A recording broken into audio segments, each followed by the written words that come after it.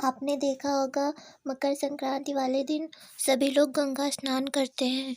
तो आपके मन में भी यह विचार अवश्य आता होगा कि आखिर लोग गंगा स्नान क्यों करते हैं।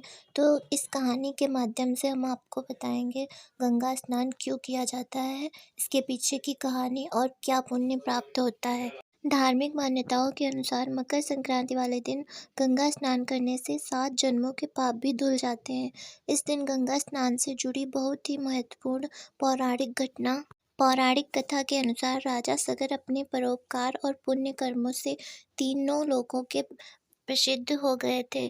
चारों ओर उनका ही गुणगान हो रहा था। इस बात से देवताओं के राजा इंद्र को चिंता होने लगी कि कहीं राजा सगर स्वर्ग के राजा न बन जाएं। इसी दौरान राजा सगर ने अश्वमेध यज्ञ का आयोजन किया। इंद्रदेव ने अश्वमेध यज्ञ का घोड़ा चुराकर कपिल मुनि के आश्रम के पास बांध दिया।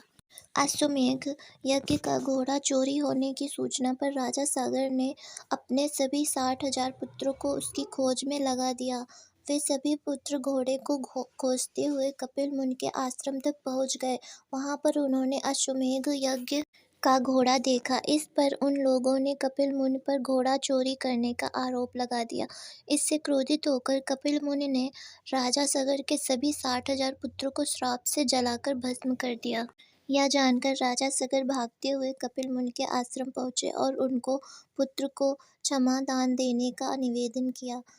तब कपिल मुनि ने कहा कि सभी पुत्रों के मोक्ष के लिए एक ही मार्ग है, तुम मोक्षदायिनी गंगा को पृथ्वी पर लाओ। राजा सगर के पोते राजकुमार अंशुमान ने कपिल मुनि के सुझाव पर प्रण लिया कि जब तक माँ गंगा को पृथ्वी पर नहीं लाते तब तक उनके वंश का कोई राजा चैन से नहीं बैठेगा। वे तपस्या करने लगे।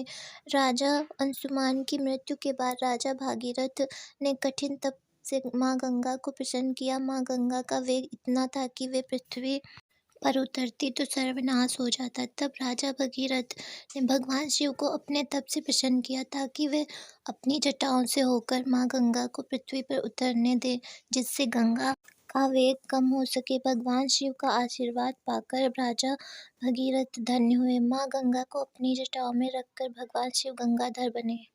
माँ गंगा पृथ्वी पर उतरी और आगे राजा भगीरथ और पीछे पीछे माँ गंगा पृथ्वी पर बहने लगी। राजा भगीरथ माँ गंगा को लेकर कपिल मुनि के आश्रम तक पहुँचे, जहाँ पर माँ गंगा ने राजा सगर के 60,000 पुत्रों को मोक्ष प्रदान किया। जिस दिन माँ गंगा ने राजा सगर के 60,000 पुत्रों को मोक्ष दिया, उस दिन मकर संक्रांति थी। वहाँ से माँ गंगा आगे जाकर सागर में मिल गईं। जहाँ वे मिलती हैं वह जगह गंगा सागर के नाम से प्रसिद्ध है।